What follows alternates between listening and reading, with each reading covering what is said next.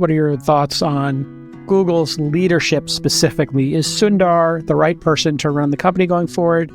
Does he have the founder authority to get the ship and to get the lieutenants all kind of rowing in the same direction? Or does there need to be a leadership change, which is the big discussion of topic in Silicon Valley right now? I think he's very capable.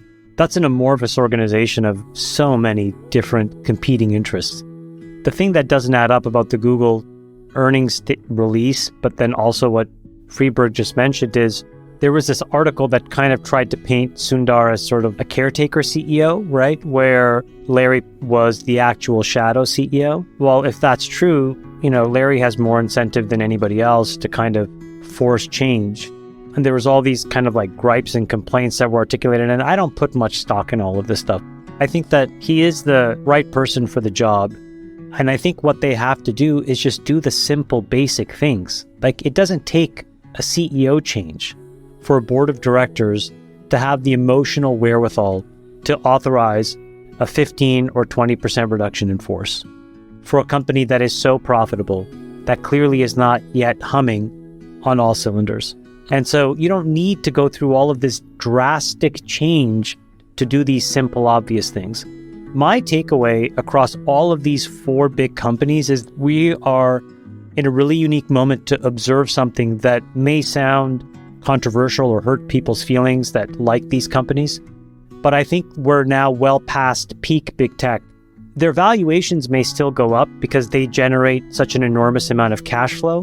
But these are exactly those kinds of businesses now. They are X-growth, large cash flow businesses. If you look at Google, Facebook, Microsoft, and Apple, and ask yourself, when was the last hugely disruptive thing that they've created? You're hard-pressed to find something that was even done in the 2010s. iPhone was 2007. Microsoft was in the 1990s. Google was in 1998 with core search. Maybe there was Maps and Gmail in the 2000s. Facebook, it was the core service that we built in the 2000s, and then they acquired brilliantly, right? So I'm not saying that they didn't acquire well. My point is that core organic innovation hasn't been there for a long time. So this is a moment to just be reflective of the fact that these are some incredible companies with ginormous cash flows. But now you've had this foundational platform shift, which exposes the fact that they really aren't good at innovating. And at times when they've tried to organically innovate, they've massively misallocated capital, either through a bloated balance sheet, so some would claim that Google overspends, or through just pure misallocation by starting projects that just are not large, but consume large amounts of cash. That would be the Facebook VR example. But in all of this, I think when you cut staff and expenses as a way to meet and beat, and top line growth is in the low single digits, it's an important moment to recognize that these companies have now transitioned to being cash cows. And if you look at sort of how financial markets value cash cows, they're very valuable, but it's not where you look for growth. And so in a world where rates eventually get cut and we start to come out of a recession, it tends to be that other people get rewarded. So that's an idea. And adding to your point here, they're not allowed to acquire things. Microsoft's, they're not going to be allowed to buy stuff. So then you're right. What is the growth here?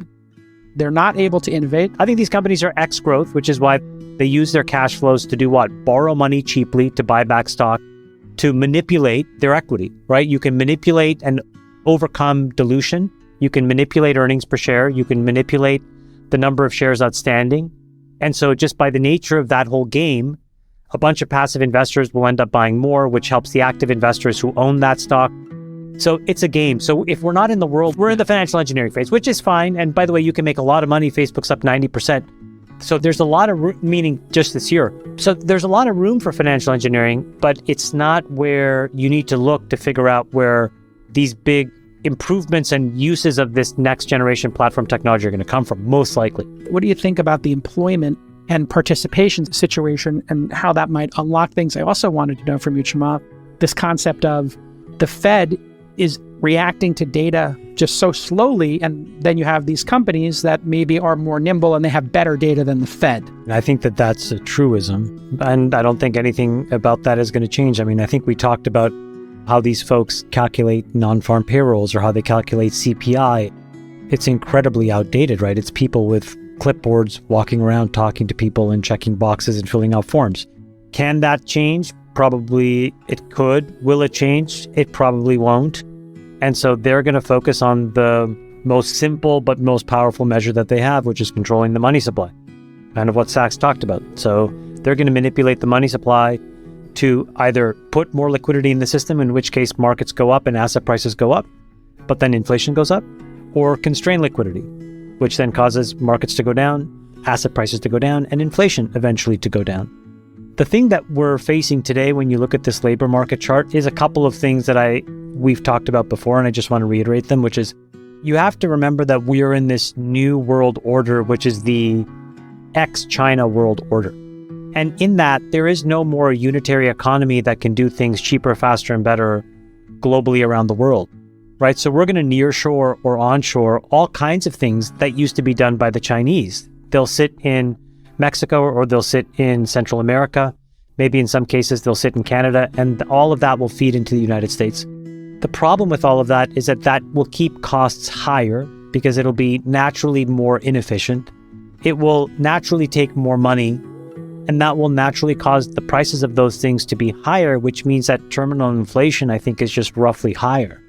As a result, I think that more power, if you will, goes to labor. So in this constant tension that we have in an economy between labor and capital, the people that own the factories or the businesses and the people that run them and work inside of them, we've been in this position where the pendulum has swung so far towards capital, the owners, the shareholders, that all this financial engineering has tremendous upside, right? That's why companies engage in it. But when you show that chart, Jason, what it means is it's just really hard to find people. And so the only way you're going to get people off their butt to go into work, to sit in a chair, to do a job that you need them to do is to pay them more. And in finding that, wages will have to go up. The counterbalance of that is what AI will do, which I think I was about to say that is the key, which is massively deflationary.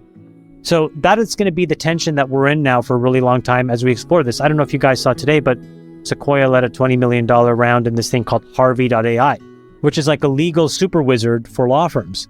And my partners and I were debating it. And what we thought of was, well, how much do you pay out of the $800 or $1,000 an hour that you charge to Harvey.ai? Maybe you're willing to pay 5% or 10%. But then the reality is that one of the powerful things it does is able to go into Westlaw, find all these cases, and say, yeah, this is germane to the thing that you're working on right now. That's a very useful thing. But the N+1 law firm will also use that tool, and instead of charging $800 an hour, they'll say, we'll charge $600 an hour, and we're still willing to give you 5 or 10%. So I just don't see a world where, on the one hand, physical labor will continue to be more expensive. They'll demand more and more money to do the job that they're asked to do. And the knowledge work will become increasingly more deflationary because so much of it will be automated by AI that those folks will charge less and less. And there's going to be a tension there, and I don't exactly know what's going to happen. We said that the first organizations to use this, like the canary in the coal mine, would be the consulting organizations. And today, when Harvey got announced, one of the things that right on the heels of that, PricewaterhouseCoopers announced like $1 billion investment into AI. Which makes sense because as a consulting organization full of lawyers and accountants and IT folks, those are the services jobs that you get tremendous leverage if you were to use these tools.